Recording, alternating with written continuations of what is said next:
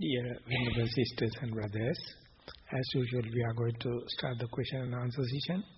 I would like to invite Venerable Buddharakkhita to present the questions already written to the discussion.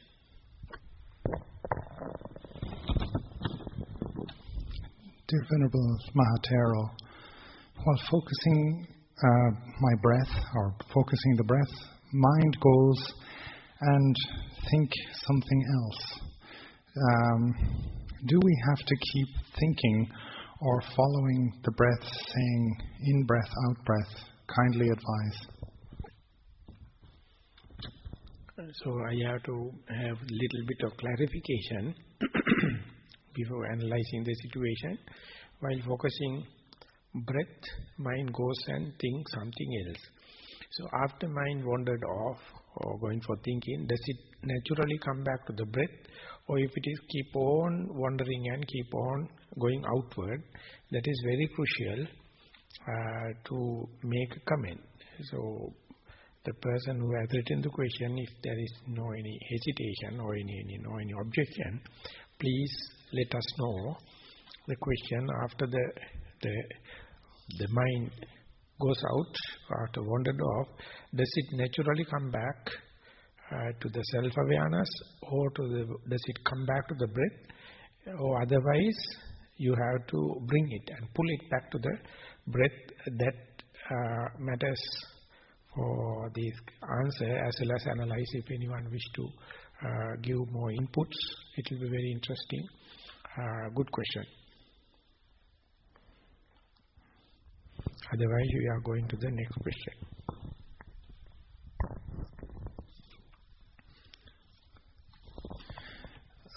Dear Venerable, I have a hard time letting go of my pain and suffering. I know intellectually that if I let go, I will be free, but I rather have the pain and suffering and clinging. Why?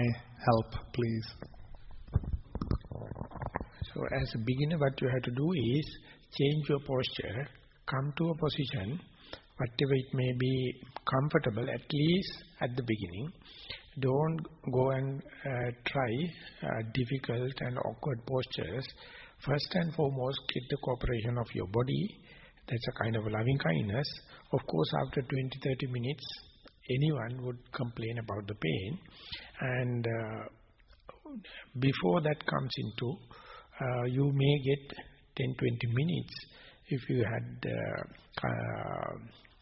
fruitful walking meditation and come and sit in comfortable, and within that 20 minutes you have to try keep the primary object as much as possible face to face, and when and where you have more acquaintance, more familiarity with the primary object, then you have some preparedness for the oncoming pain. Otherwise, if you are going to get the pain right after sitting, that is your wrong posture, wrong time, wrong mind frame. So therefore, under such circumstances, better not to go for sitting meditation, because it is giving so much of discouragement and your determination power will be reduced.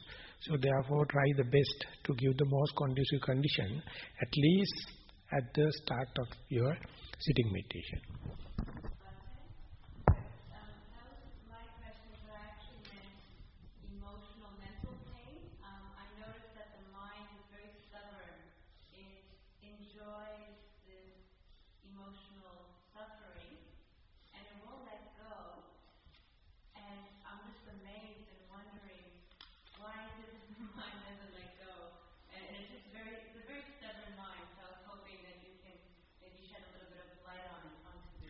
Then the question, you have to question, do you entertain that kind of a sitting? Of course not entertain, you suffer that kind of sitting, more in sitting or walking. So therefore you have to have more walking meditation, so that you get fairly prepared mind for the sitting meditation. So under such circumstances, closing inwardly make more agitation, more torturing, more burning. So if you open-eyed while walking, mind is not so brooding upon this kind of mental pain. So some kind of a walking meditation, or if you can focus upon something outside. And for example, in a traditional way, you stand still in front of a skeleton or something like that and try to focus the attention on the skeleton. Or you try to sit in front of a good Buddha image and open-eyed, recollect the virtues of the Buddha, something like you have to give the attention outwardly. When and where it comes inwardly and caged, then brooding happens. So do little changes to the object, the posture, and get more and more benefit from the walking meditation so that your preparedness will be increased. And verily you know, it's a kind of a mind-made thing. So therefore, don't try to fight with the mind. Do some physical changes, posture or object, then you may get a different access.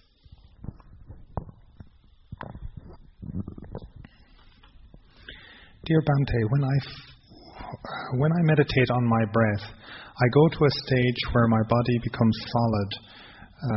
Breathing stays soft in the middle. I keep my attention.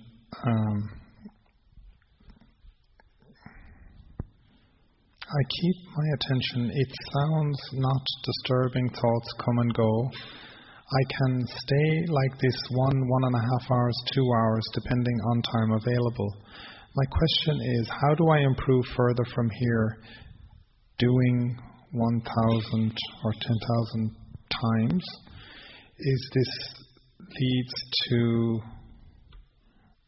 our Kinchayatana stage that you mentioned some days before?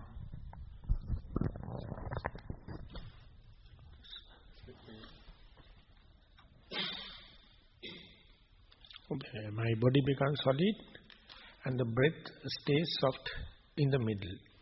I keep my attention on it, and the sounds are not distracting. So that means still the attention, the mindfulness is focused into the breath, and there is a kind of an awareness about the body, and body becomes solid. It appears that solidness is not disturbing you.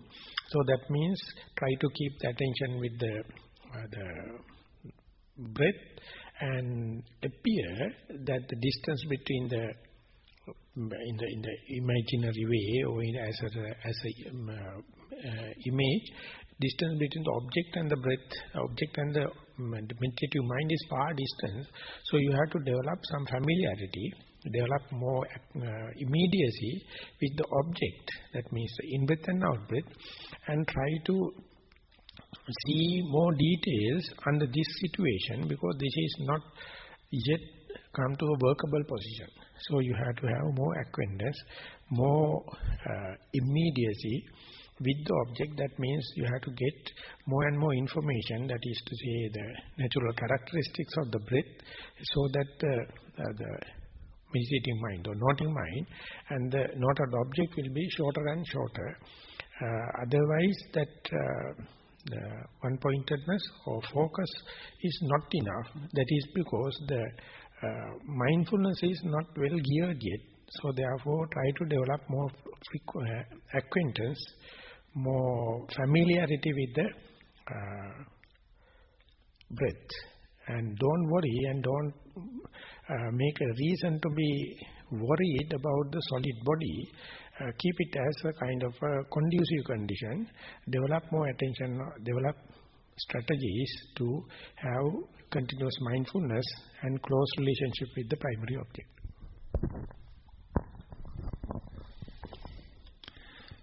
Dear Bhante, when I am doing walking meditation, after some time with each step I can feel the shaking or jerky movements of my body, especially around my hip area. It feels somewhat like a walking skeleton. Sometimes these movements are more prominent than touching of my feet with the ground. Should I be observing this whole feeling, including touching of my feet with the ground, or only the prominent moving, namely the jerking movement of the hip? So this is whatever may be, it is Kaya Anupassana. That means now mind is within the framework of the body. And you have selected the primary object as the soul may be touching on the ground. That is the access. That is the doorway. And once you go into it, you find a lot of things. And they are where you focused, and that is the primary object, that is to say the touch. Other places also come into being. The other information that is coming must not be a problem, must not be a reason to be tensed. Use this as a byproduct. Try to be with the primary object as much as possible. Only one sentence I would like to make. If you have any doubt, whether should I go to the other objects or come back to the soul, then as far as there is a doubt, adhere to the primary object. If the mind is bold enough, if the mind is ready for radical reflection, then let the mind to take all the realistic objects in a evenly suspended attention mode. Only if there are any doubts or priority problem, then select the primary object. Once the mind develops the acquaintance with the primary object, it is natural the mind to go and have everything as a whole, and you must learn the art of have equally or evenly suspended attention, and primary object become yet another part, but you have no doubt. You know the path, how do you come up to that level, and then the tension reduces. That means effortlessly you can maintain the mindfulness in the whole, and that is the way the diversification of the mindfulness happens. And again I am repeating, if there are any doubt only, if there are any uncertainty about the priority and the mindfulness kind of thing, then only you are referring back to the benchmark, the reference point, the primary object. Otherwise let the mind to take let the mindfulness to take the steering wheel.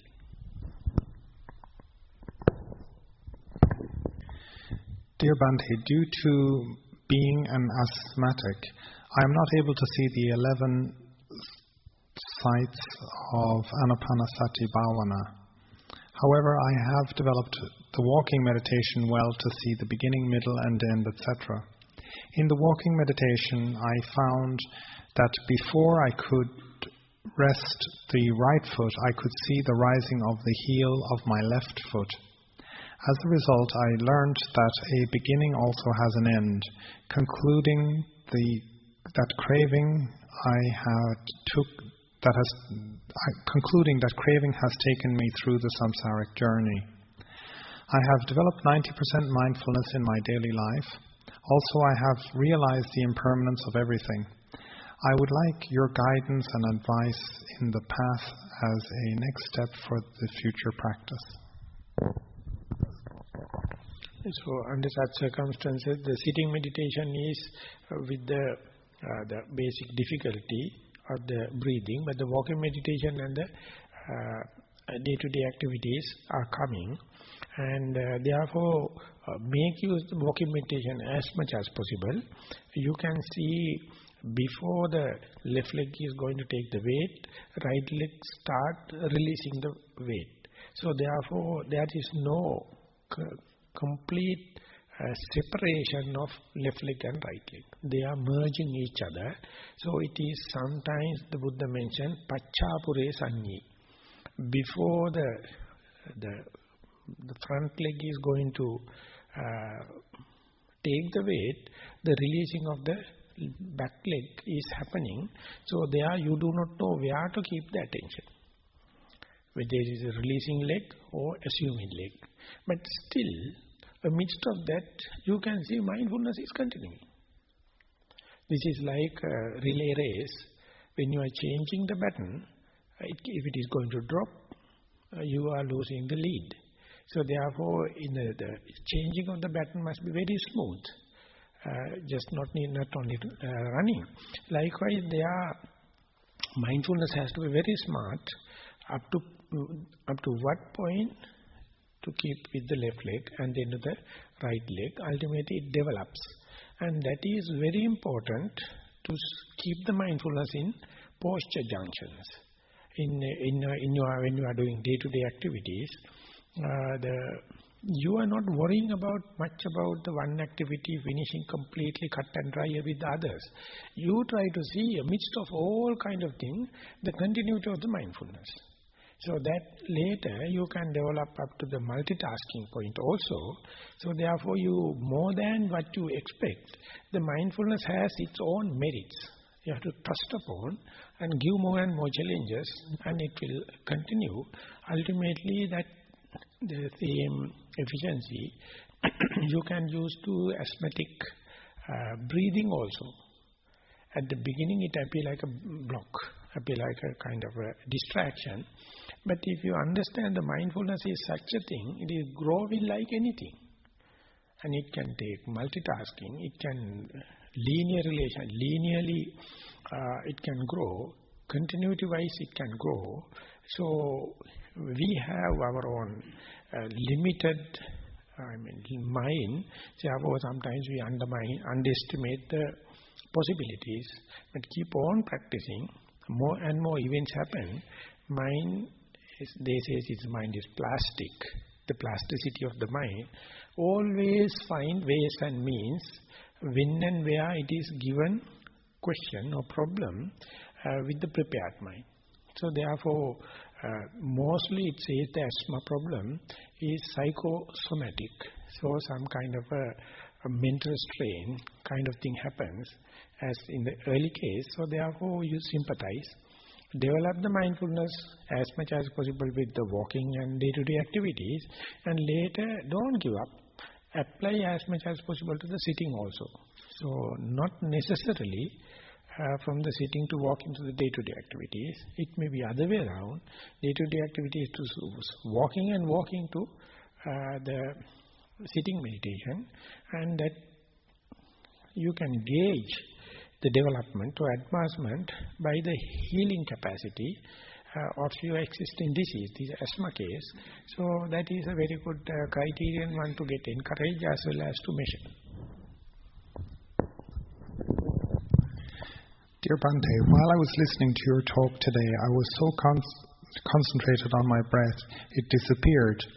I was at peace and listening to your whole talk, but immediately after the talk, I was sitting and observing that there were few breaths. After an inhale, it stopped for some time, but it was uncomfortable. I felt like something was stuck in my chest area. After some time, an out-breath happened, and again, with in-breath, some process occurring. There was inner chatter too. Please explain. There was inner chatter. So once you, maybe in the first time or for the sake of as a beginner, when and where you to see the end of the, or we will say the disappearance of the in-breath and out-breath, you are rushing to conclude that it is disappeared like. But when you keep on observing, you can see bits and pieces, some patterns of the breath is there, and you are not sure whether it is conceptual or whether it is realistic.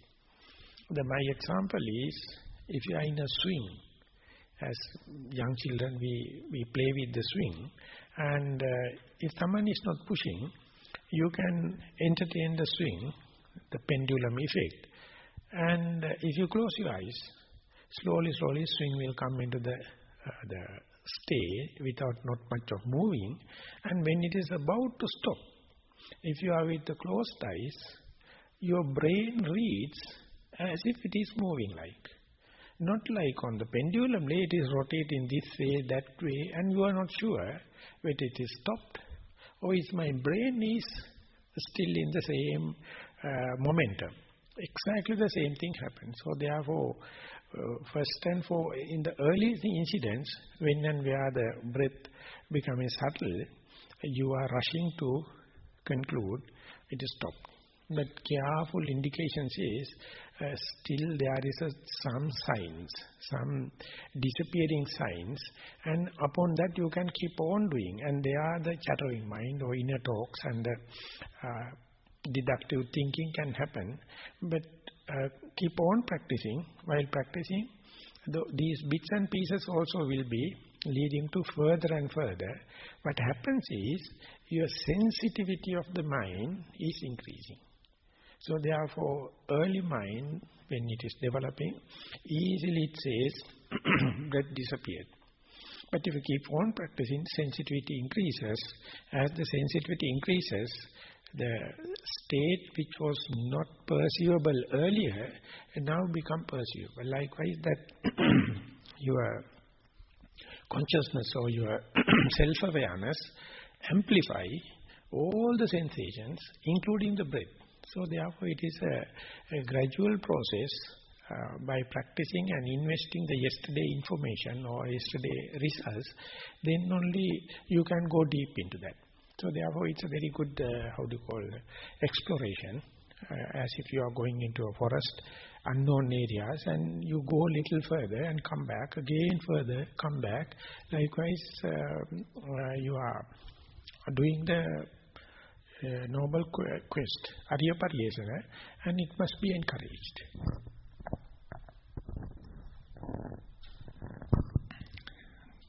Dear Maha Thero, I have been meditating for a long time. When I meditate, I feel like keep going and not stopping, not even getting up for breaks once I have reached a certain state. I cannot express all, but most of the things experienced by me are similar to your Dhamma talks. I do not know if I'm being overconfident or not. How can I continue to stay as much as I wish? Maybe I can skip lunch, etc. I would like to go further and experience it. Not getting any pain, but very much conscious. Thank you. So, under such circumstances, you have to increase the time period, but don't do it in a abrupt way. Day by day, increase the few minutes and continue to get, because under such situation, the last few minutes are very important, because mind is well geared. Everything is being very conducive, and if you have to get up and again to get that combination, take long time. So therefore, it is better to take another 5 minutes more and experience it. Next day, go little further, slowly, exploration into the situation. And under residential retreat situation, you can do it. But if it is, your timetable is not so regular, hardly this kind of thing happen, and hardly you can plan. But even under the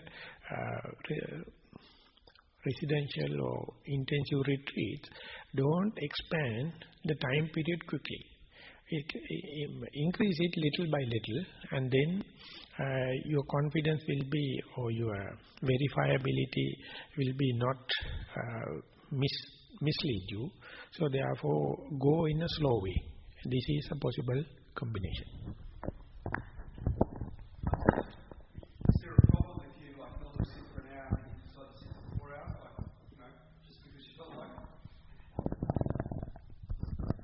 So that is the way that if you are going deep into some kind of a mental state, and if you can't handle it, you may panic, telling whether you are losing the control or you are losing the mindfulness or concentration life. So therefore, let the mind to acclimatize, as if you are a climber of a hill or a rock. At the 8,000 feet, you have to sleep 2-3 nights in camping to adjust yourself for the low level of oxygen. And after going for another 1,000 feet, you have to again season yourself. Otherwise, if you go quickly, get fainted. Your lungs and others are not acclimatized to be with this thin amount of oxygen. So this is a kind of a loving kindness to your body, giving time for adjust, and therefore the gradual process is much healthier. What about if you feel quite comfortable, like I normally sit for an hour, or something like that. But today I sat for 4 hours, and I was quite confident. I got up out of it, certain stages that she talks about in the what do you call the talks today, and it was quite interesting because I actually did everything right at the critical points. So I was not in. I had a fairly high level of confidence of knowing what I was doing, and at the end of it, I just got out, walked out a couple of leaves. Is that okay? Yeah, congratulations. Happy Christmas.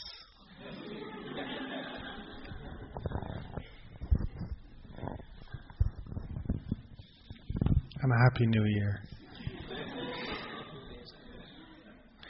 Can you give an example of how to be mindful? Do we keep in mind the teachings while being aware? No, the teachings while being aware. So it's a kind of a thing, a little difficult. If you assume you as a teacher, you are lost. You have to understand we are co-practitioners. We are sharing each other. So therefore, always you have to take yourself as a kind of an example. And if you are doing that kind of a realistic thing, the teaching will not be a friction. Otherwise, if you are assuming that you are a teacher, others are low and you know everything and kind of thing, ultimately it will be a problem. So therefore, sasana, the dispensation, two kinds, the internal sasana and the external sasana. Internal sasana means your own restrainment, which is the sila, samadhi, panya. It's virtues, concentration and the wisdom.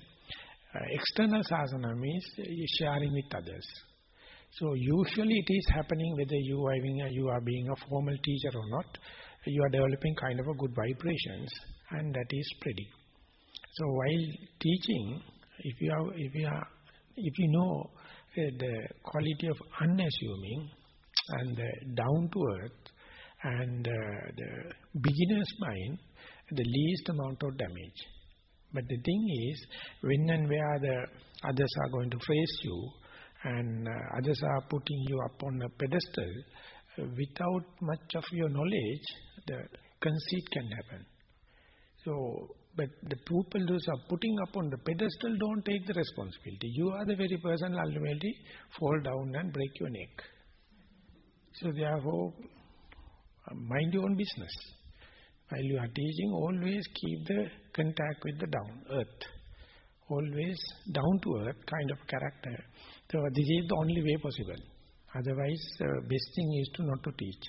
I think we should keep in mind the teachings. Do you keep in mind the teachings while being aware?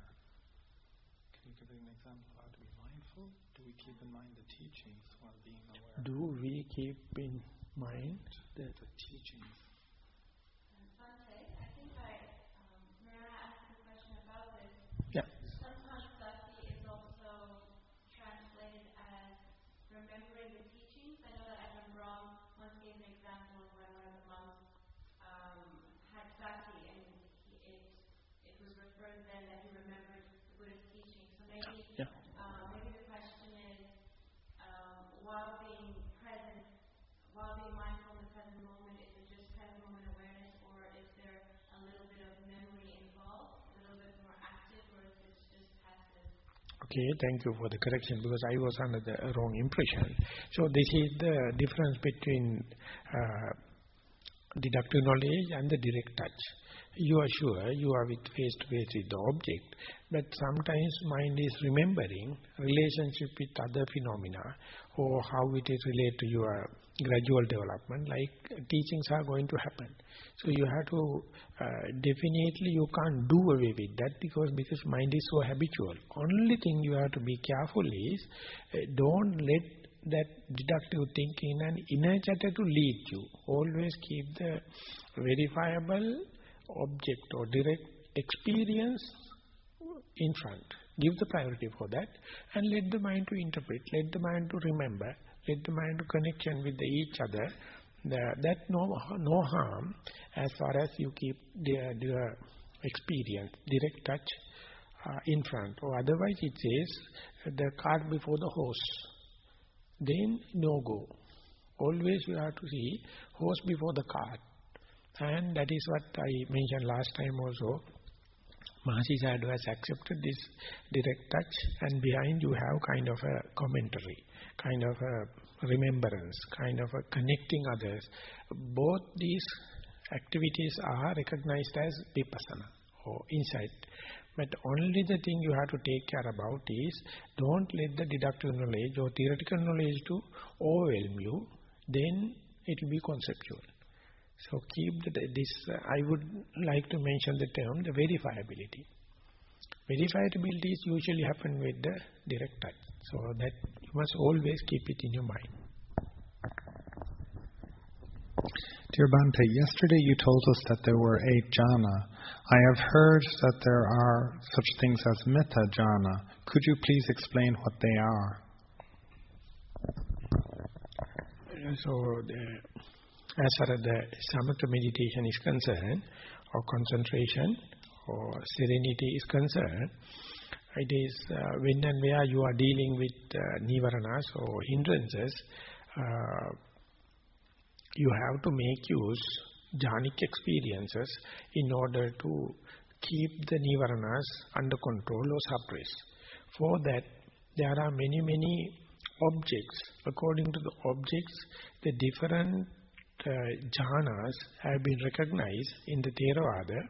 It says 40 objects, and regarding with the Anapanasati also you can go there, or by corpses, dead person with the 1 day after the first, in a day, 1 day died, 2nd day, 3rd day, 4th day, and ultimately gone up to the skeleton.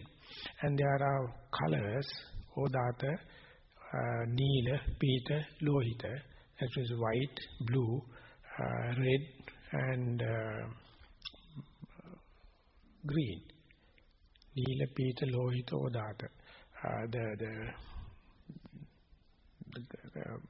Manjeshta, that is the kind of a combination of yellow and red.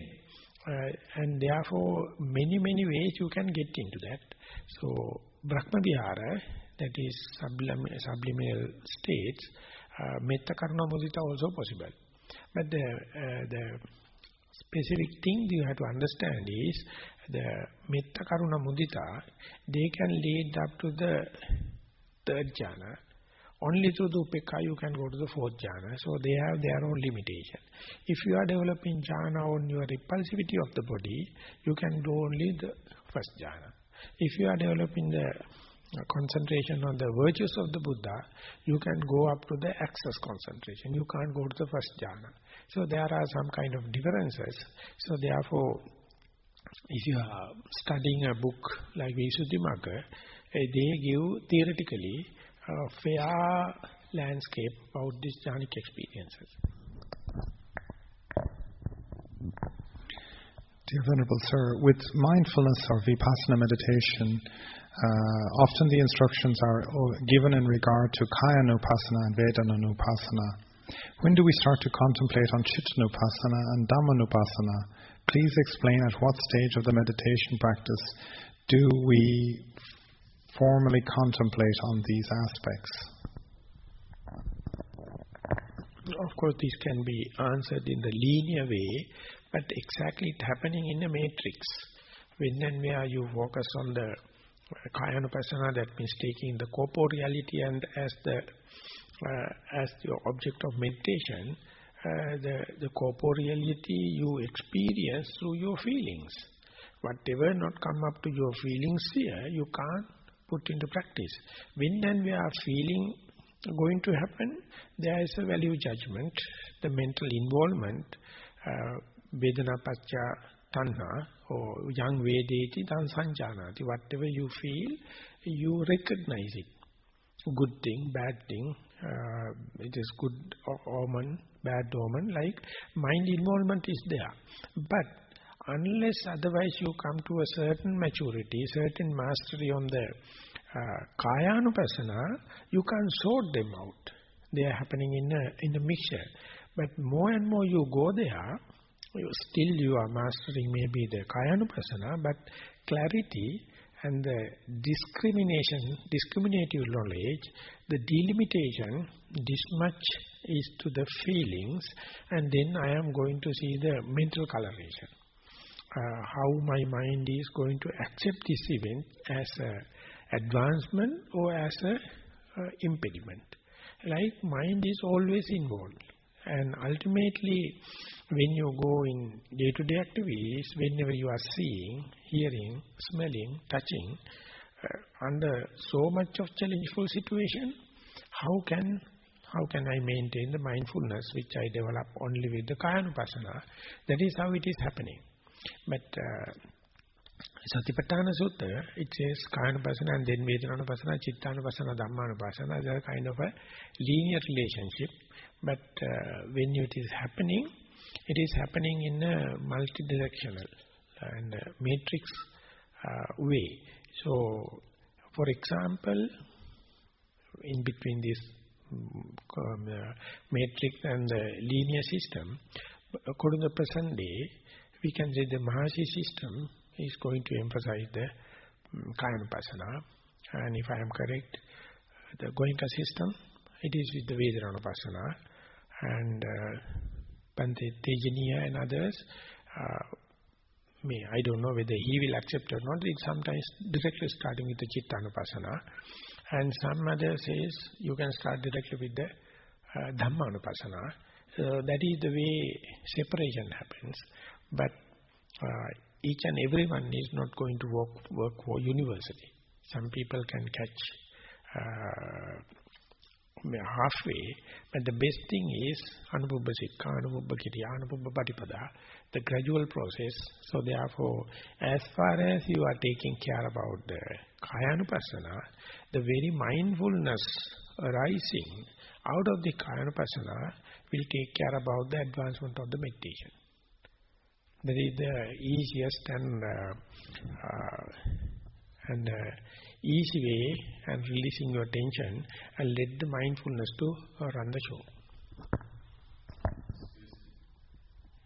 Is there a reason why in the Satipatthana Sutra that it is given in an order? So that is exactly what we are studying in the Ganaka Moggallana Sutta. Our mind is very easy to catch the linear system. Because that is the way it is thinking. So specifically when you are communicating, that has to live in the linear system. But when you put into practice, that when you are really get the touch, direct touch, it may be complicated than the linear system.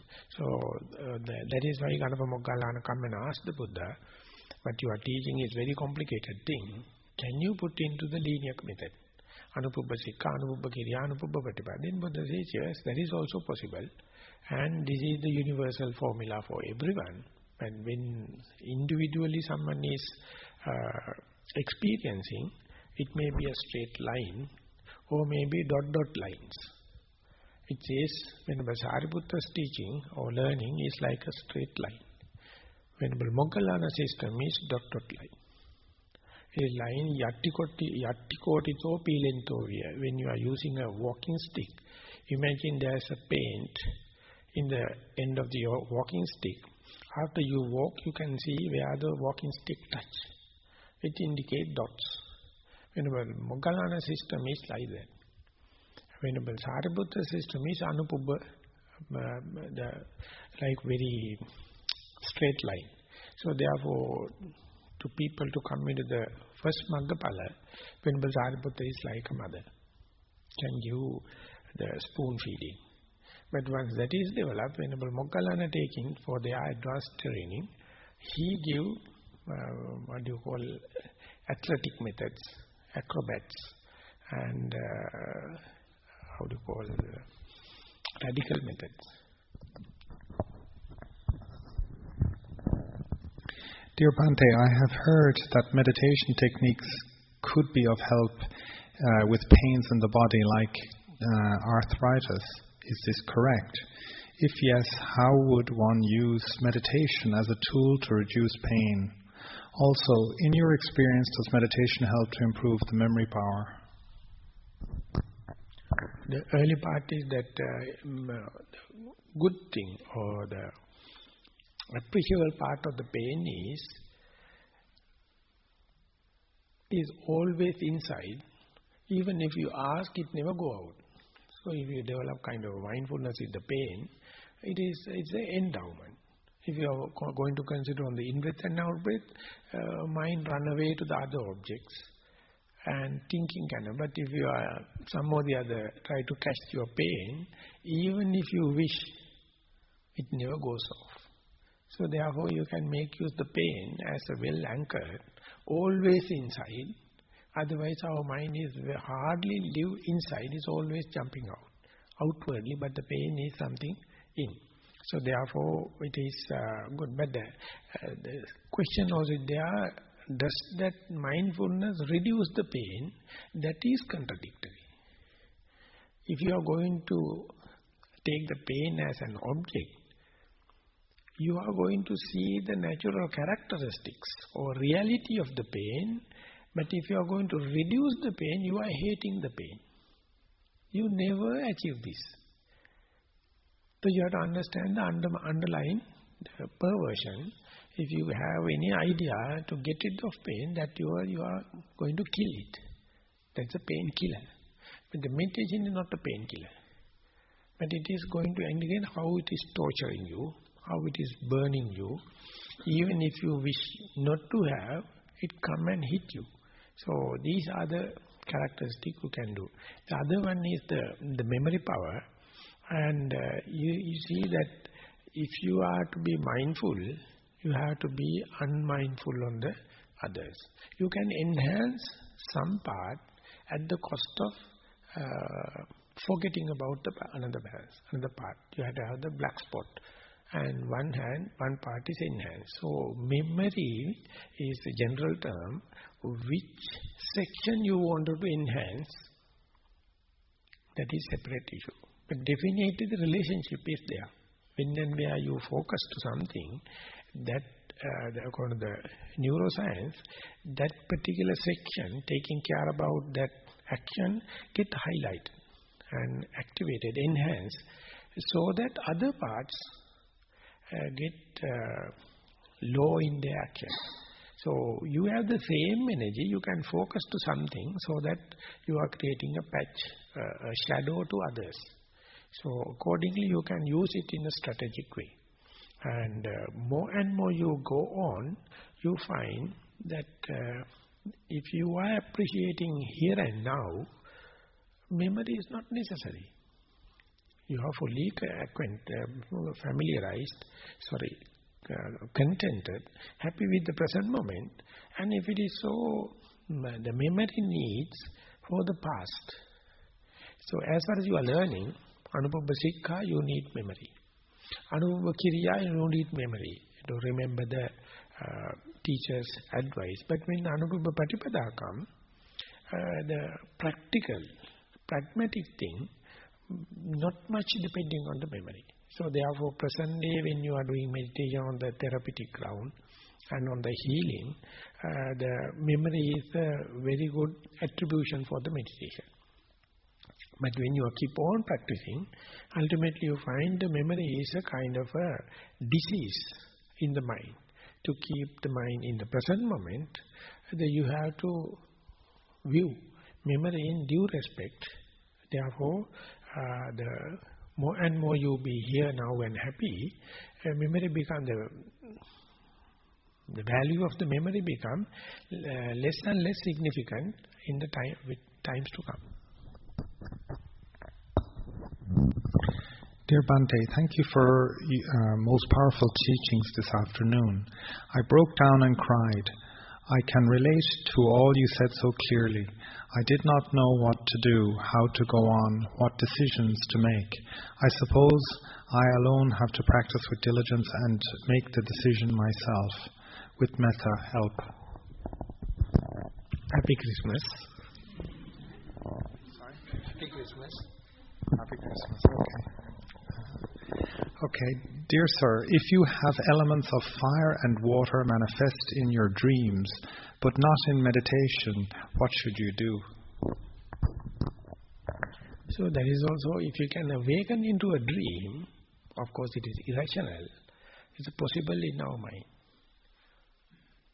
I heard Carlos Castaneda, when he's reporting about these tribal groups in Argentina, they select the group leader only who can awaken into the dream. And when normally dreams happen in the absence of mindfulness and you are in a sleep.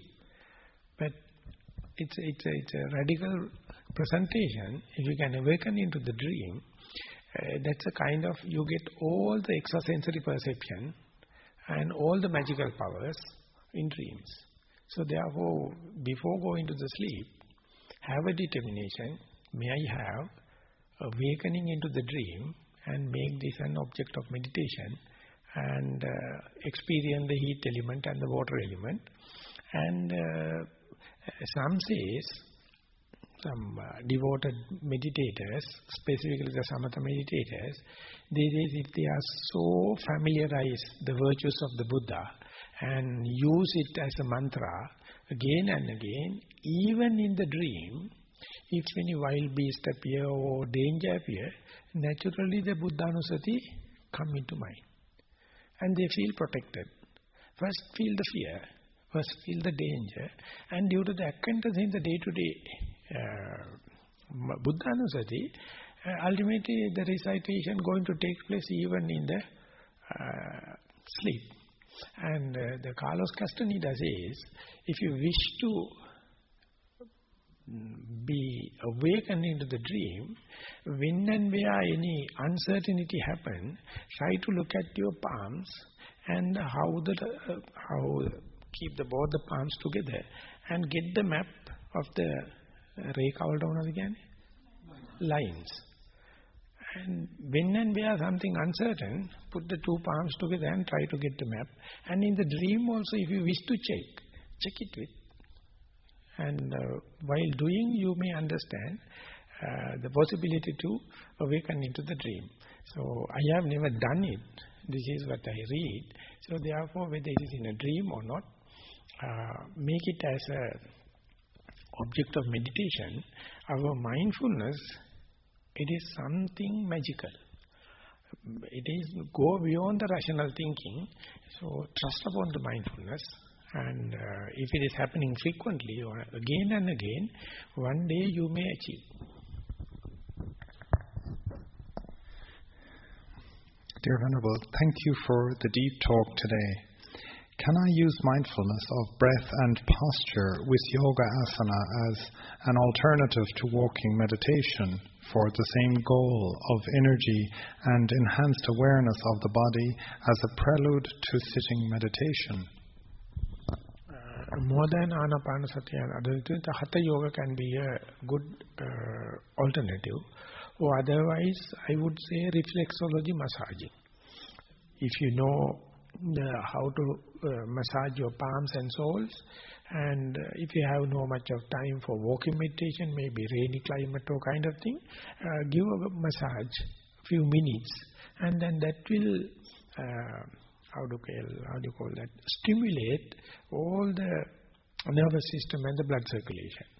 But walking meditation it can be somewhat replaced by this Hatha Yoga and reflexology massage, but you can't completely replace it because the walking meditation is a much healthier and much appreciable state. It is like vitamin B12 injection. If you take vitamin B12 injection, your acclimatization into any climate is easier. That is what the people do, take vitamin B12 injection before the exams and kind of thing. They know that whatever the food they are going to eat, whatever the climate, they can keep on studying. The walking meditation also give the connection to your surrounding. So therefore, partly you can replace it by Hatha Yoga and reflexology massage, but don't try to replace it because it has its own inherent merits. Bhante, do you practice metta? How to use metta to support meditation? So if you are not practicing, I would say you are mad. Because you have to love your body, you have to love the human nature, you have to love the surrounding, you have to see the green colors, you have to see the birds are flying and the butterflies are playing and the children are happy. So without that, life is, just like without salt in the curry. So without mindfulness, without this loving kindness, it is so dry. So therefore, the Maha Prajna and Maha Karuna, that means the compassion and the wisdom, they have to go hand in hand. When and where we have no metta, that you are so dry, easily you can fall into the self-torturing, self-mortification system. If you are too much on the metta, you may be indulging sense pleasures. Whenever the combination happens, only the progress happens.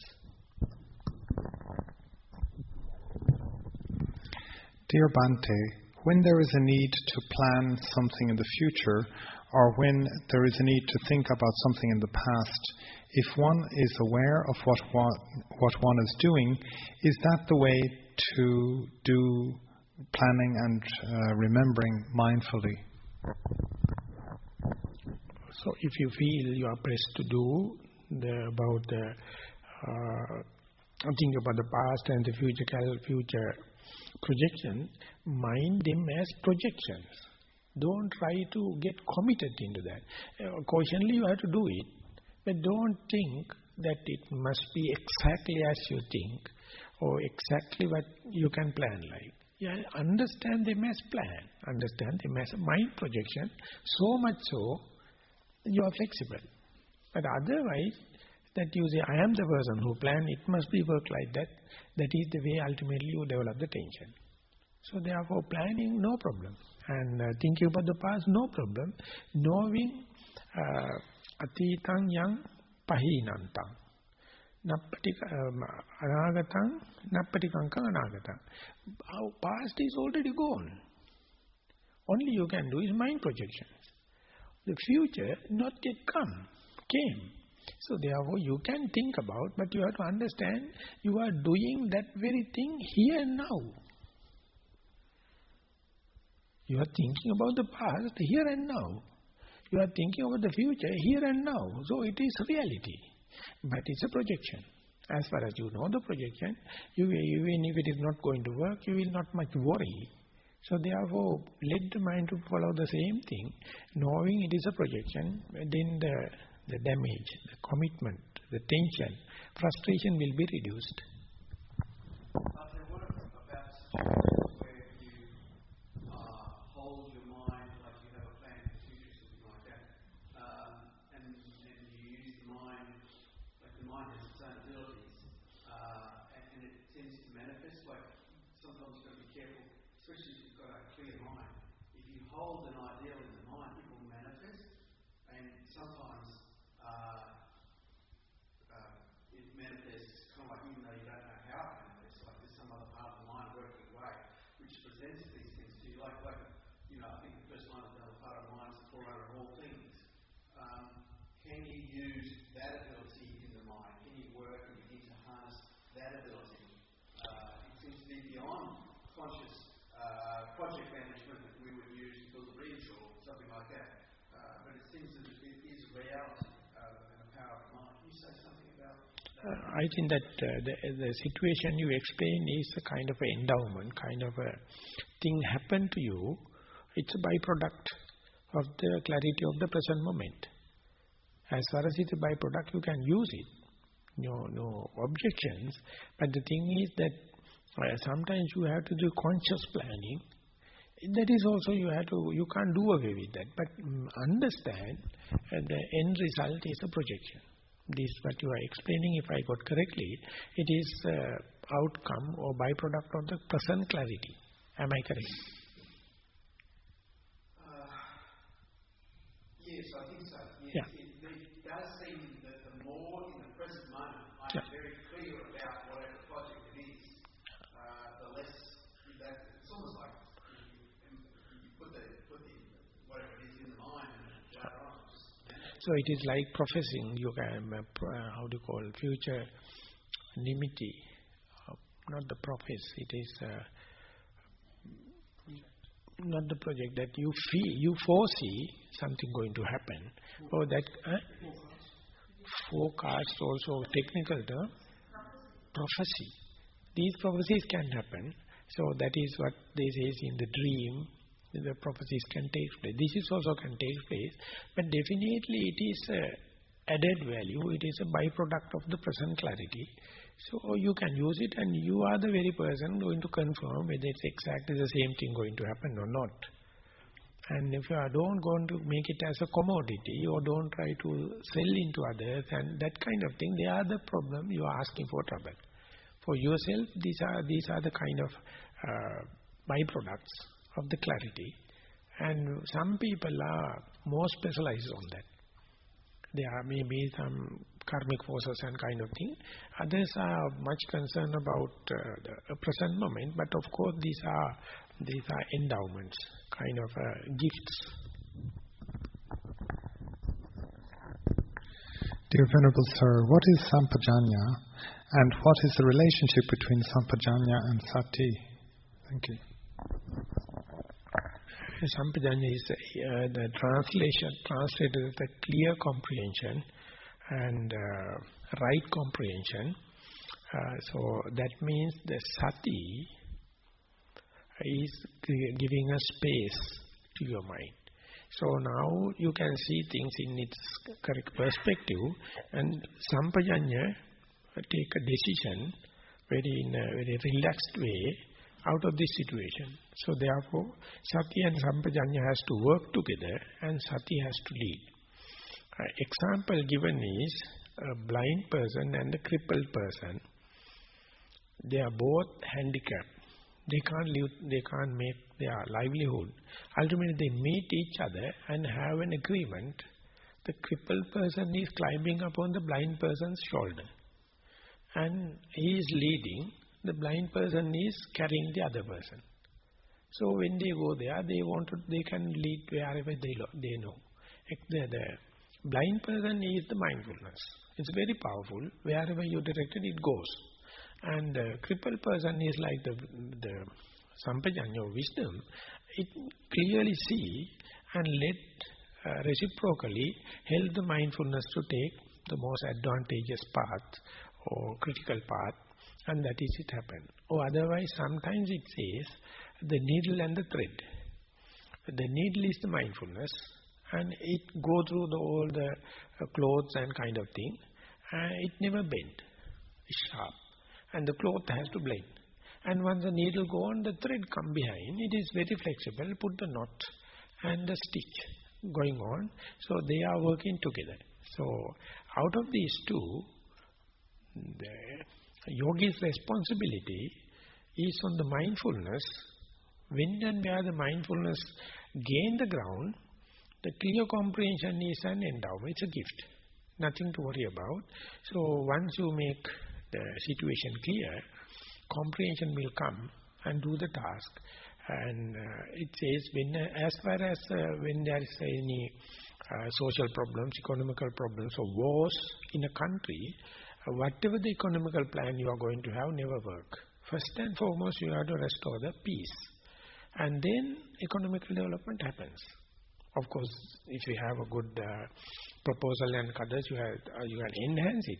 So that is why the Satipatthana is not talking much about the wisdom. It says it is an endowment, you are going to have it. But be aware, take the responsibility about the mindfulness, and then Sampajanya will follow. Sampajanya is that clear comprehension and kind of a value judgment about the things in their own proportion, and with the peace prevailing, Sampajanya will work. It is universal. What are the four areas of clear comprehension in the Satipatthana Sutta? That is, it says that whenever you are going to change posture to posture or situation to situation, you have to Sampajanya take time, never rush. Sāttaka Sampajanya, Sappaya Sampajanya, Gochara Sampajanya, and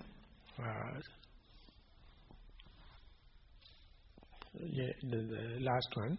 And Upanita Sayadaw give it in a very easy way. He says, before doing something, you have to think, is it something, you have to think about the do's and don'ts, according to the cultural situation and the ethics. Is it something to do or not? If it is not ethical, don't take it. Even if you are skillful, even if the situation is okay, don't do it. And once it is ethically okay, then see whether you can perform it, whether it is within your jurisdiction, which is your capacity. And even, okay, now if it is within your capacity, if you are doing it very eagerly and very happily, and with the job satisfaction, that is the ultimate thing.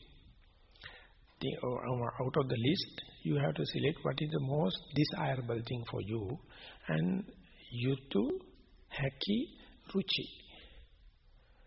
So it is somewhat relevant to this sampajanya. You have to think about your appropriateness. When you are, for example, from sitting to get up, after getting up, what you are going to do? Is it within the range of mindfulness?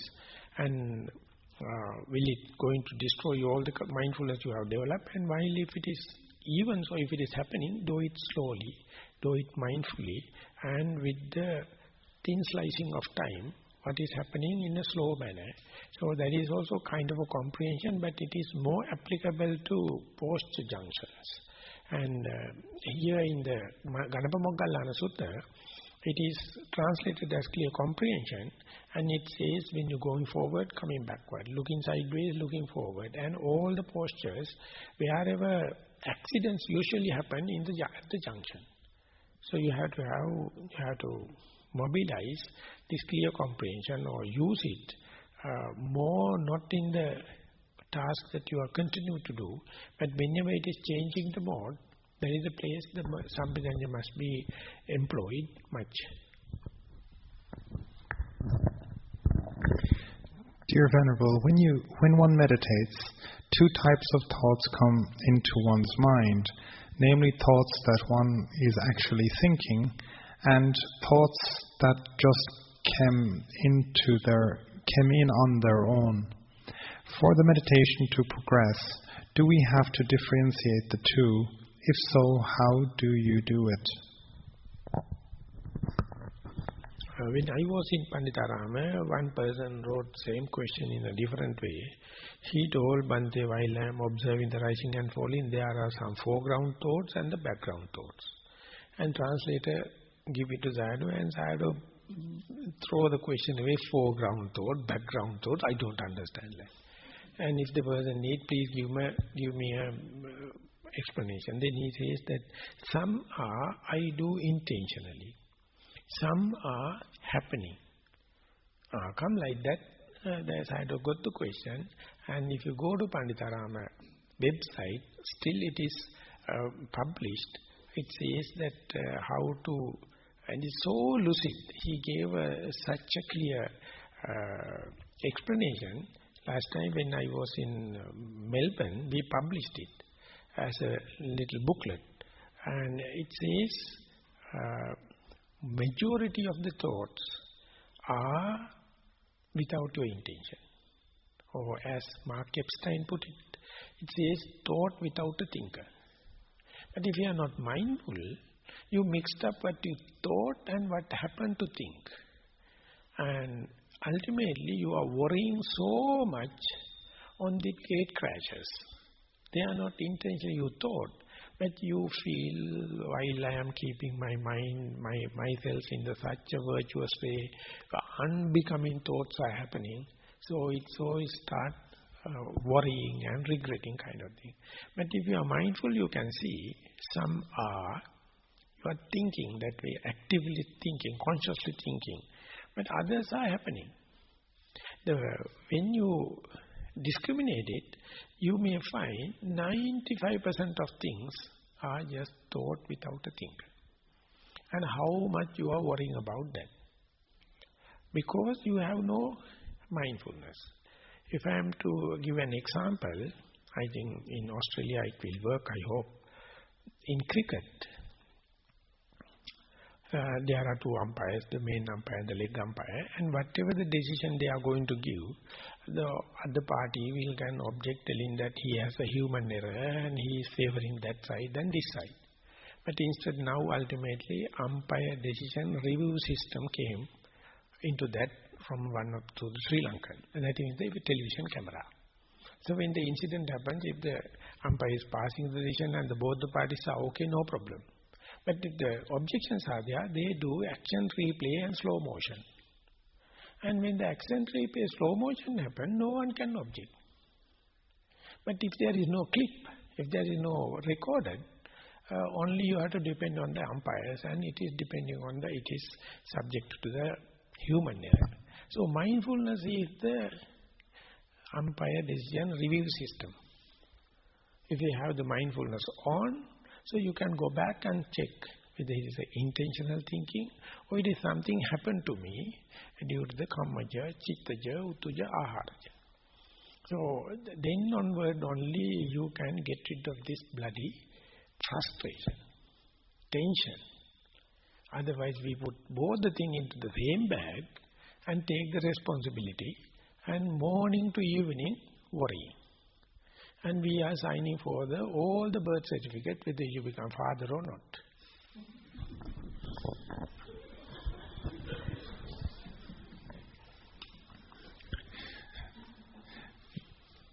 Dear sir, my mind automatically goes to observing the five khandhas when I think of sense pleasures. Sir, you are right. It's hard to predict what sense pleasure will attract next. Yet with mindfulness, as soon as I start to observe the feelings, it helps me to think of the five khandha process and let go or cut off rather than going on with the story. This has helped me to return back to the present moment and not get carried away with mental formations. Do you advise I continue with this practice, or what method did the Buddha recommend to stop these defilements happening? Thank you with much metta. So of course this is already the method prescribed by the Buddha. So therefore now you're going to understand things happen not according to your agenda. And you don't know things are really happening and you are witnessing it. And there is a kind of agenda also there, but you don't know the author. The author is no one but the Mara or the defilements. So what happened is you signed the birth certificate telling I am the father. So ultimately ever disappointments. So suspect or put a null hypothesis, it is happening according to cause and effect relationship. Why should I take the responsibility? One thing. And the second thing is, while it is happening, be awake, be mindful, and don't try to rush a decision telling this is me, this is mine, this is my soul. Instead say, no, it is not me, it is not mine, it is myself. And ultimately, if you look at it with that kind of inquiring mind, you see possibilities are 1001. Which possibility is going to collapse is undecided. It is so impromptu. It is so circumstantial. Under such situation, that very amount of possibilities and how electrically one combination collapse and overpower the others, and that very thing you claim as me. So not merely on the theoretical ground, but if you keep on observing, the Buddha's method is cut off out of 5 variables, focus the attention on one thing, most obvious, most gross, most concrete one, and see when it is happening, that is Kayanupassana, full focus, and let the breath to take place and how keep the attention with and see the phenomena. And all of a sudden sounds happens, seeing happens. When and where it happens, it is not according to your agenda. Each and every happening is distracting. And ultimately you end up with disappointments. But instead see as and when it happens in an observer's point of view, at the second person point of view. And when we are observing, don't think that you are observing your mind, you are observing the human mind. This is exactly happening the same way in each and every person. That particular person may claim under different names, but that is what it happens. So we yogis, we share each other. We say, we know that we are ready to share our mistakes, unmindfulness, and the Buddha has given the basic map, and therefore nothing to hide. And when it keep on going, as far as you are hiding them, as far as you have no mindfulness, they brood different defilements. As far as you see through them, as far as you see under the mindfulness, it will become Dhammanupassana, the highest meditation in the life. So therefore, to train your mind, or up to a certain extent of training, the Buddha gave a fixation of some variables and monitor one particular aspect till you develop certain amount of mindfulness. That is what we call sitting meditation and doing Kayanupassana. But in the walking meditation, you let loose seeing, hearing, and the Kayanupassana. And in the day-to-day activities, let loose all the aspects, see what is prominent, and then keep accounts. And that is how they come in one or in the sequential order. And more you practice, you see as humans, we have the same nature, but when and where the problem happens, we claim this is as me, this is as mine, and this is as myself. And that is how the frustration happens. But the same thing, you can make use as a raw material to see the mechanism of frustration, mechanism of mental tension. So their disclaimer is very important, but the disclaimer you can apply in a very advanced level. At the beginning, you would see one of them fixing other variables and develop the insight as much as possible. That is the way the Buddha presented as Kayanupassana. Excuse me, can I ask a question that's more relevant to the previous one? Do the Arahats also get the same thoughts without a thinker, or only the normal people get that? I can give a direct experience because I am not an Arahant. First thing. The second thing is anyway, there's one incident. The Buddha was living in a very solitude place in the forest. And mind was so peace. And all of a sudden a thought happens. If the kings are not levying so much of taxes on the poor people, the poor people will be happy. The kings are accumulating all the taxes on the poor people and they are living in the luxuries. And therefore, if the kings are justifiable, doing just, how nice. And immediately person starts to talk. He says, that is why you are supposed to be a king. Now you renounce and all thing gone mad. Now go back. I will support you. We can run a kingdom like. Then Buddha found who is coming and seconding what is idea. It's a Mara. So if such a thing happened to Buddha, we have to say, even the Arahant's mind, there may be some weeds and inner thoughts and background thoughts and thought without the thinker, but they never make frustration out of that, friction out of that. They know they are trivial. They throw them away. They are not signing the birth certificate.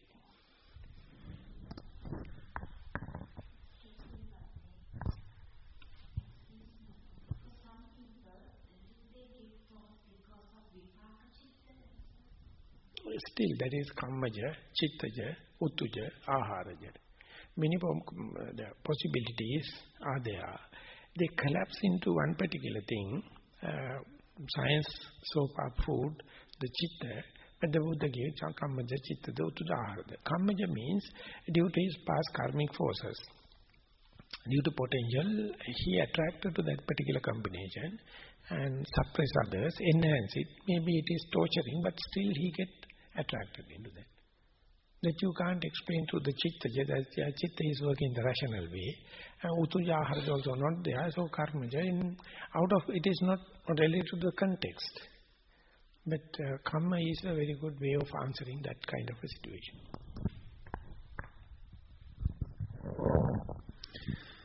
Dear Venerable Bhante, some months ago during a retreat, contemplating the elements, I had a sudden intuition, a flash of understanding that what I considered myself was just the aggregates. I saw in that moment that there was just feelings, perceptions, thoughts and consciousness, all just a bubble, a mirage. It was just a flash of deep understanding, and it has not happened again. I am starting to see that every thought I have reinforces the sense of self. Should I continue these contemplations? Your talk today had a powerful impact on my consciousness. Many things have been happening that weren't the conventional meditation I was trying to achieve. My mindfulness has been reasonable but not constant. Today I understand that meditation happens. There's no control. I'm on the driverless bus that Ajahn Brahm spoke of. I'm on it and can't get off. It'll get to its destination in its own time. I hope I'm on the right bus, on the right track. But what amazing karma is to be here. Usually in Sri Lankan way, karma is always considered as a negative. We consider it's what a fortune to be here, not what a karma. But anyway, there's a one saying, wherever you may be, you are on the way back home. That means we are destined to achieve Nibbana. So more and more you practice, you develop so much of urgency. What a crazy life so far I had. Now only I know, but don't make it a point to be frustrated. Point to be tense. Understand, now at least I know. And at the time, if all the links get aligned, and then power transmission happen immediately. But later again the links become dislodged, no power transmission. So that is so electric, it is so impromptu. So that means the potential is there. But when you keep on practicing again and again, you can get the things aligned. Immediately that align, the power transmission takes place. So that alignment and the power transmission is not yours. You are just witnessing. But you try your best to make them align as much as possible. So therefore that very noble effort is praiseworthy. One example given in the Buddhist literature is the Mallika and Bandula. Bandula was the major and his wife is Mallika, and ultimately there is a misunderstanding with the king happens. So it happened the Major General to run away. But he is a very good charioteer and he can run the horse cart very efficiently. And king set 500 horsemen to catch the Bandula. And now Bandula has two tasks. One thing is to fight with the soldiers as well as run the chariot. And what he do is, he says, ask Mallika to see, whenever the five horsemen come aligned with, you monitor it. When and where they come aligned with, please let me know. I am looking forward and I am running the chariot. When and where they come alone, I can take my bow and I shoot them in one shot. So after long observation, Mallika now going to give a sign. Now do away with that monitoring of the chariot. Now people are, all the 500 horsemen are in one line, and then he take the bow and shoot all the 5 collapse. So it is like a magic or like a parable.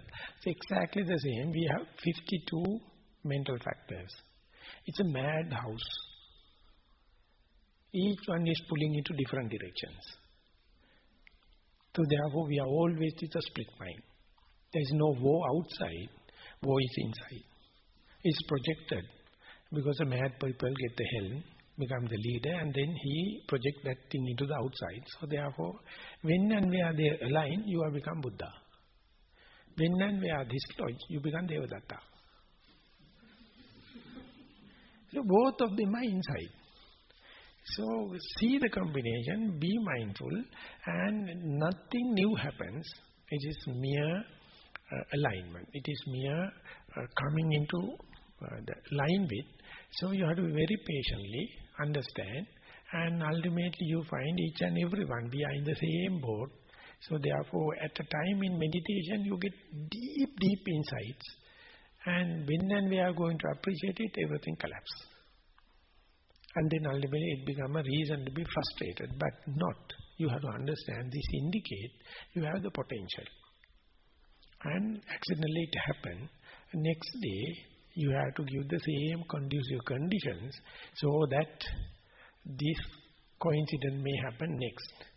The Buddha, it says, samadhi sacha nimitta gayi hoti. Whenever you get such a deep insight, Buddha says, get the surrounding clues and the signs, and thinking the electric nature, if you wish to have it, your common sense must be to give the same surrounding, same signs again and again. Then there are chances to same combination to happen. The Buddha says, when an eagle catch a prey, it usually take a vantage point and wait till other animals play. Because when and where the animals see the eagle, they get excited and run. So therefore it has to wait and wait till the animals are moving in a hidden place, and it has to calculate to attack which animal. There is a weaker one, they select, the eagle is selecting. And then he shoots and pick the fellow, the prey, and immediately climb up to the high sky. And all the other animals, in the clan, start fighting and shouting and kind of thing. But more and more it goes up there, less and less chances for the others to give a fight, and for the advantage of the eagle. The Buddha says, while the eagle is in advantages and the successful climbing, it look back and see how was my place, how did I jump, how was the catching was successful. He takes signs. And then he repeat the same. Exactly the way when occasionally you get good insights. And don't expect it by mere expectation, nothing you get. But you have to understand, was I after a sitting, or after a nice meal, or after a nice sleep, or what surrounding. Repeat the same, and ultimately more chances are there such a thing to happen. So it's a kind of a guesswork you have to do, and get the advantage of the thing that happened.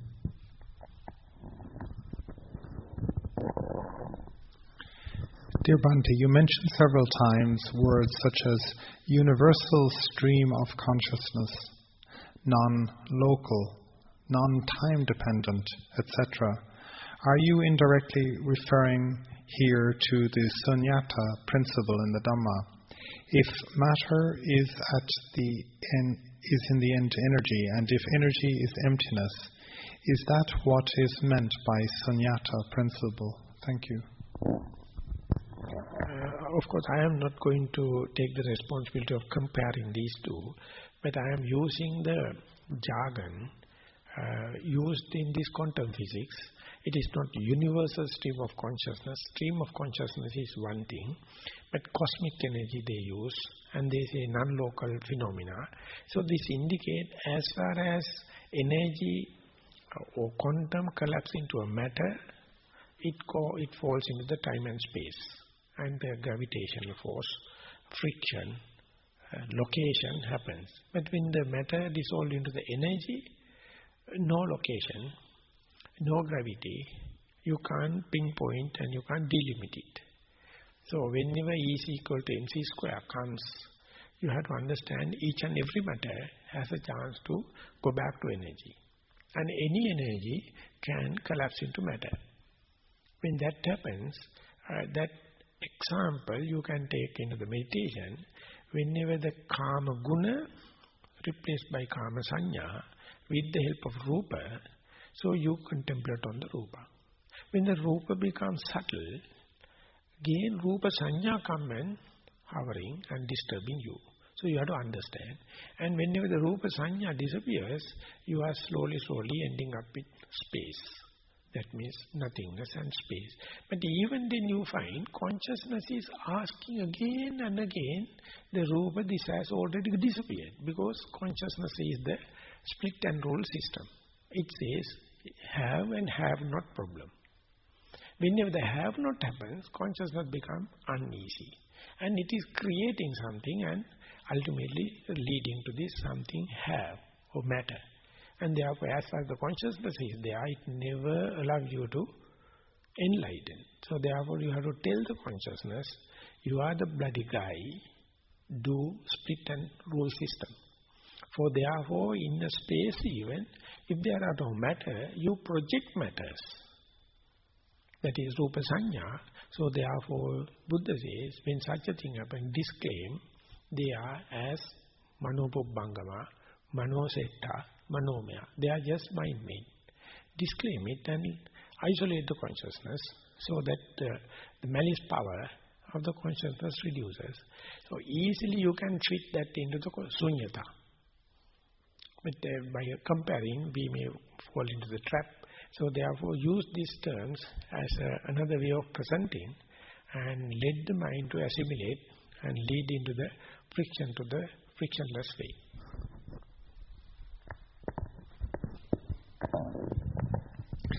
Dear Bhante, can you provide advice or knowledgeable Buddhist teachings for this question?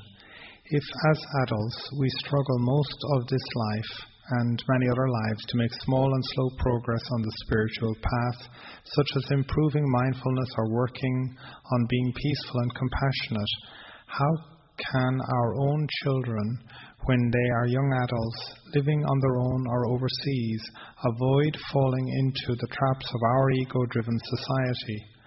As an older parent, my words of wisdom or spiritual knowledge fall on deaf ears when I try to provide some spiritual guidance to my son. I am left with feelings of compassion for his ignorance. What else can I do? Thank you. I am very happy I have no children first. And anyway, as I am a children of my parents. And parents have no any idea that I will be a monk or I will take this path. It's a complete coincidence. So therefore, second time also I am happy. Even after the coincidence, I have taken full time on that. So therefore, as far as the spiritual progress is concerned, it is not the responsibility of the parents. But you can give the conducive conditions for morality. That's all you can do. So therefore, your moral life is a forerunner for the children to see. Concentration, no one can assure. But the morality, the moral background is very essential for the concentration to happen, if at all. So therefore, if you are leading a moral life, even at the latter part of your life, that change is going to give a different vibration. So your deeds are more louder than your words. So if you are behaving in an exemplified way, and then children also will learn in a slow manner, and that is the only language can work. And the other thing, in the statement it is our spiritual progress is very slow. You have to imagine how much aeons of time we have conditioned this bloody mind. To deconditioning within 7 days or 7 years or 7 life cycle, I think very accelerated. Because unimaginable time we have been conditioning it. And therefore the deconditioning, Buddha says, maximum 7 years, minimum 7 days. And in the Bodhiraja Sutta it says, if you know the method in the morning, evening, same day service, it's assuring. So don't undermine it. It's the fastest. And therefore, you have to appreciate very little thing even on the spiritual side. Don't compare it with the other materialistic gain. And therefore, we are now on the way, and our behavior. And the other thing, if possible, consider each and every child as your child. When you are going to have your child, you are already committed. Buddha says, Mata yata niyam puttang. Just like a mother to the child, every child is yours. So whenever you are going to discriminate this thing, that is not compassion. That is sectarianism. That is kind of a sharing, going to get the lion share. But even then it is no problem as far as you are going to set a good example. That is, I think, not religious. That is something pragmatic. So one day there was a story, maybe a parable story that is happening in India or maybe in Sri Lanka. In the same family, grandparents and the father and his son living together. And the grandfather is so fragile, his hands are not so strong enough. Whenever you go and offer a plate of rice, he can't hold this, he drop everything, and rice will be scattered off, plate will be broken, and so much of problems. So after treating so much, one day the father gets fed up, and he starts cleaning a coconut shell, a cheap one. And while he's cleaning the coconut shell, the son comes and asks, Father, what are you doing? Your grandfather is such a nuisance. Whatever the plates we are going to do is breaking, so I am going to give this coconut shell in future, so he can't drop and break. And few days time, he found that is also missing. And father was so angry, he was toppling the house upside down and asking that at last, where is that coconut shell that I cleaned? Then son came and asked, Father, what is you are making fuss? You see that corner shell is also missing. No, I kept it aside. You, why? Why, when you become old age, I have to use it.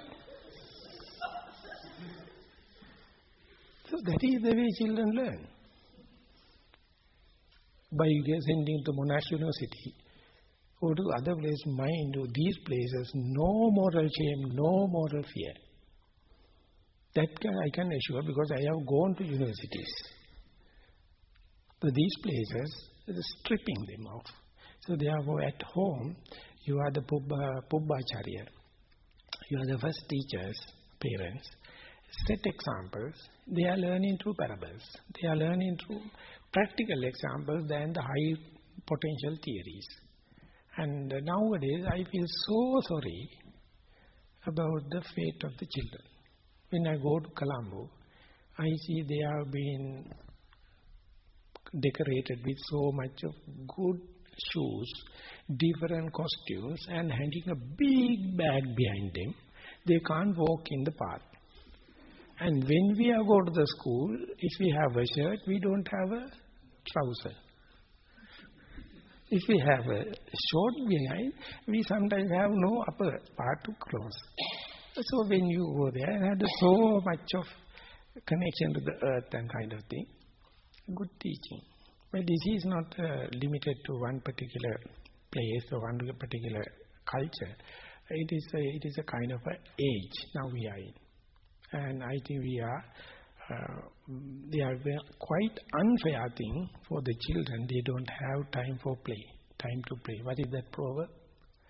All work and no play. All work and no play make the John, make Jack a dull boy. And parents are chasing behind, sending that tuition class. Ultimately, they go to the tuition class having a tennis ball in their pocket. And when you go to the class and parents leave, they play balls in the tuition classes. That is their nature. So just imagine the way we had the connection to our parents and to the earth and kind of thing. I think that is the best. So therefore, we must have something compassion, but it must be practical. It's not just the mind-made thing. Just consult the child. And there's one saying in the West, it says that our mind is so corrupted. The child mind is so brilliant. If you wish to have a grace of the child, when you are talking, bend down below the child level, then only the grace can come to you. Instead you are going up and tell the child, do this and that, you are cascading all your dirty vibrations to the child. Innocent fellows. So therefore, try to get the grace as much as possible. They are good teachers. And we were talking while walking today also in the same topic. Dear Bhante, if there is such a world where there is plenty of food, no sickness, and people will live forever, is there still suffering? So it says that continuous party, it's utter suffering. Occasional parties are something to entertain. But from morning to evening, that is what you are going to experience if you are going to get this, what you think as the heaven. Continuous party.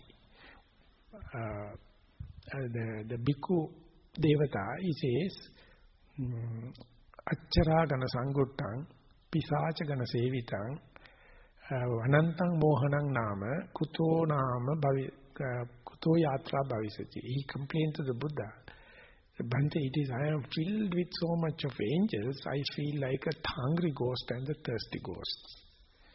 I see their garden, it is bewildering. I am at lost. Please, let me have the path. So that is what the danger of continuous party. Anything you are going to have abandoned, it becomes a burden. Scarcity is the only thing make you renovate, make you think, make you innovate, make you productive. Otherwise life becomes so dull.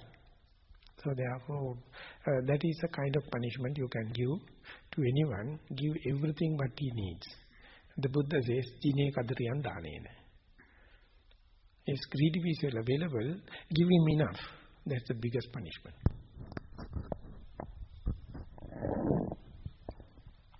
Dear Bhante, how would a yogi find out that he or she has attained stream entry once returner statuses?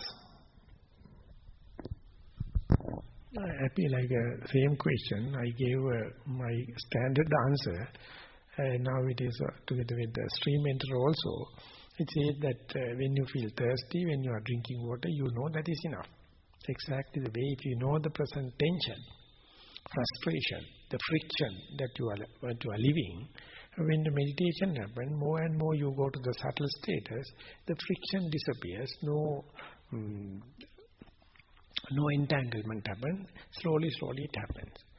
But in IMS, Inside Meditation Society, they have conducted a lot of experiments, and of course 25 to 26 years earlier, and they put so-called Sotapanna, Sakadagami, Anagami, something like that. He says, whenever someone practice meditation, they started a kind of a system, some kind of a graphic, and showing a number of plates, flashing one after the other. Only one plate is repeating at a speed, and asking the control group and the person so-called believe that Sotapanna, he or she can understand one plate is repeating.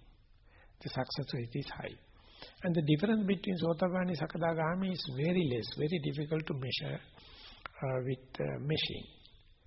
Maybe, but not measurable. But when and where you put a questionnaire, or when you put a problem to Anagami, he is so skillful to teach you through the question you ask. So in the same way, he knows how to pump the knowledge. So these are the modern day discoveries, but they are not confirmed. They are keep on experimenting with.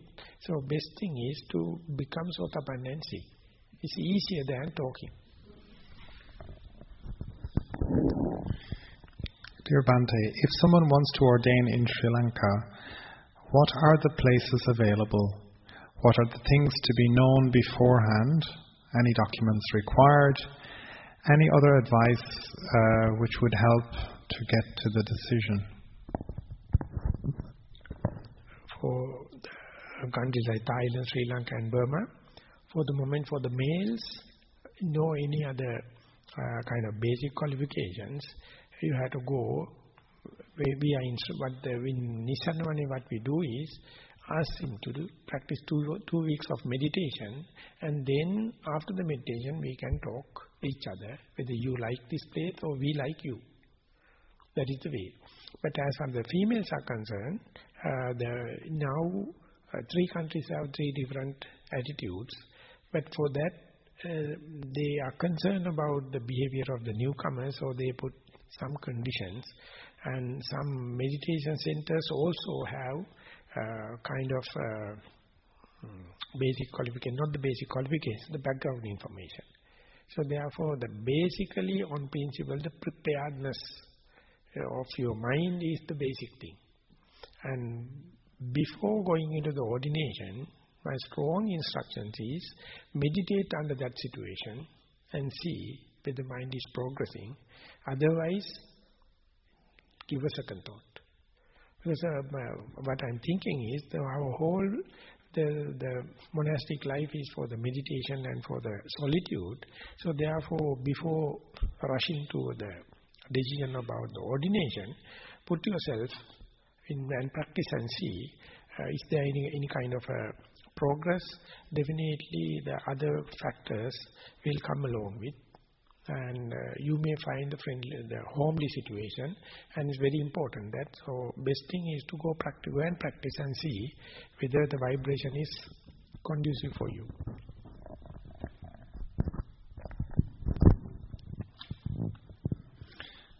Dear Thero, I would like to become a monk as well, but which path should I select? Either serving community by visiting houses for dana, chanting Pirit, and Pansakula, etc., or forest life. We need bhikkhus who serve us as well. Kindly give your idea and what is best. We know Ajahn Brahm is not visiting houses. Please explain Buddha's path. Thank you. I'd like to say he does visit houses. So this is the self-contradictory, the question. The Buddha's path is asking at the last, but says that the social work also necessary, and sometimes it says that it is becoming a burden. So therefore, I would say, you have no decision power, no choice. What you have to do is put yourself into and see. But the safe method is meditate and see. That meditation is not blocking your social service. It will be an added qualification. So therefore, the starting with the meditation is a safer method. And even if you develop a certain amount of mindfulness, and later if you are going to be a scholar monk or social service, no harm. So therefore, safe method is double checking to go and practice it, and then you will come to know. And sometimes you are destined to do this and that. So by mere your wish or by mere determination, it can't change. Best thing is to let the fate, let the karmic forces to work. And once you come to know who am I, then you can program. Without knowing who am I, without putting you into the practice, with what raw data, with what background information you are going to plan. No teacher can do it. You yourself also can't do it. So therefore, put yourself into water and see how much you can swim. And that is much more practical according to my thinking. Okay, now still we have advanced 10 minutes. So today 1 minute and 50 minutes, 1 hour and 50 minutes.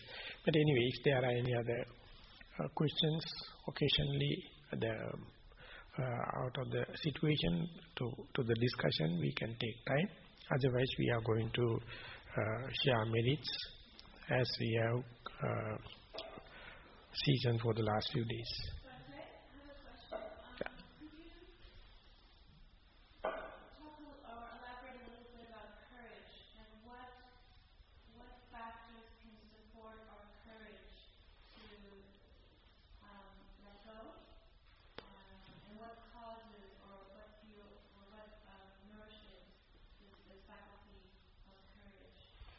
If you are referring to the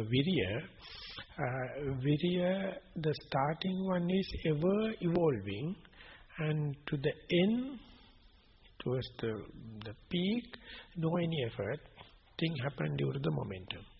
So therefore, it is, and I would put it this way, I hope you know 37 factors of enlightenment, that is to say, Sattis Bodhipakshika Dharma, that means for foundation of mindfulness, and I can remember in the Pali, Satara Satipatthana, Satara Samappadhana, Satara Idripada, Pancha Bala, Pancha Indriya, Satta Bojjhanga, and Arya Ashtanga Magga. Out of these 37 factors, virya happened most frequently 9 times. That means as you starting from Satipatthana to the Noble Eightfold Path, it has 9 evolves, 9 metamorphoses, 9 evolutions. So that means it's undergoing number of changes. But the Buddha says, Arambha dhatu, Nikkama dhatu, Parakkama dhatu. At the initial energy to get into this spiritual path is the most expensive, most consuming, most prolific. Arambha dhatu. So we all now already taken that. So therefore the main task, the Arambha dhatu is okay. Now to maintain this timetable, to maintain this mindfulness, to maintain this concentration, that you have the sustained energy, Nikkama dhatu. So they are your all common sense and your past mistakes. Everything you reinvest. And ultimately at the Parakkama dhatu, due to the skillfulness, gather the momentum and do the task for you. So therefore, don't consider virya as something stable, some permanent. It has one single shape. No. Evolving one after the other. And so therefore, you have to take care about the Arambha dhatu. That means to get into this moral restrainment and do away with your all sensuous gratification. These are very, prolific or very involved thing. And we all must be happy. We have already taken. And now it's a matter of continuity. It is called Sappaya Kiriyaya Sampadeti, Sakaccha Kiriyaya Sampadeti, Sataccha Kiriyaya Sampadeti. This task that we have already taken, we have to fulfill and support with our devotion. We have to support and help it with our meticulous approach. And we have to support with regularity. Regularity is what we are often compromising. And then what happens is that gets scattered off. And again, you become self-critical and regretting about that. So start with something possible, something you have the potential, but do it in a regular way. And then it gathers the momentum. And slowly you can expand.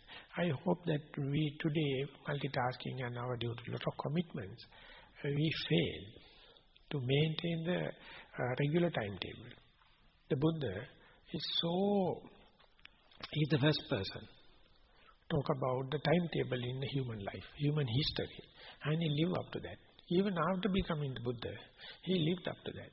So therefore, have a kind of a determination that this much of hours I am going to use, but it must not be an artificial one, that is something practical, and keep the same train. It's called Sataccha Kiriyaya, Satata Abhyasa. Do it as a duty. Do it as a respect to the triple gem. That is one way of maintaining the sustenance energy. That means Nikkama dhatu and that is ultimately become your spiritual backbone. You know, so much of hours I have meditated and daily I am doing like that. No compromising, and that will give the opening for the future development. Regarding the first question, I think I'm not the person who asked that question. Regarding, let's say, your mind is not the primary object and it's scattering away. Now, assuming that it doesn't come back automatically, what do we do? So if it is not coming, that means it keep on wandering. So if that is the case, one very straightforward system is keep on noting. That means if you are meditating on the in-breath and out-breath, knowing that your mind once taken offshore, it never come back. As far as you are in the in-breath and out-breath, not in-breath or in, out, in, out, in, out. And all of a sudden you may be telling in and out, but mind may be wandering. And at that time, don't get rid of it. You have to think, thinking, wandering, daydreaming. And then once you recognize, it can't continue with the daydreaming. It may come back. So if you have the tendency of more and more fantasizing, daydreaming, count the number of breaths you can do continuously before breaking into the sideways. That means in, out 1, in, out 2, in, out 3. Likewise, counting can happen. But beforehand, you have to diagnose that my character is usually daydreaming. Often it slips off. And that diagnosis, teacher can't do. The fellow meditators can't do it. Do it and then apply the Ganaka system. Whenever the consecutive breaths are happening, you keep it continue. And when and where it is distracted, you come back to zero and again. And Paoksada is, if you can do 2 cycles, in and out 1, in, out 2, in, out 3, and go to 8 and come back to 1, and again 8 and come back to 1, you can have a fairly control on the wandering mind. So this is a kind of a traditional answer. Or the Upanishad side are going to say, if you know mind is often wandering, note 1 breath number of times. In. Out. Or for the rising. Falling. So as far as it is occupied, lesser chances to wander off.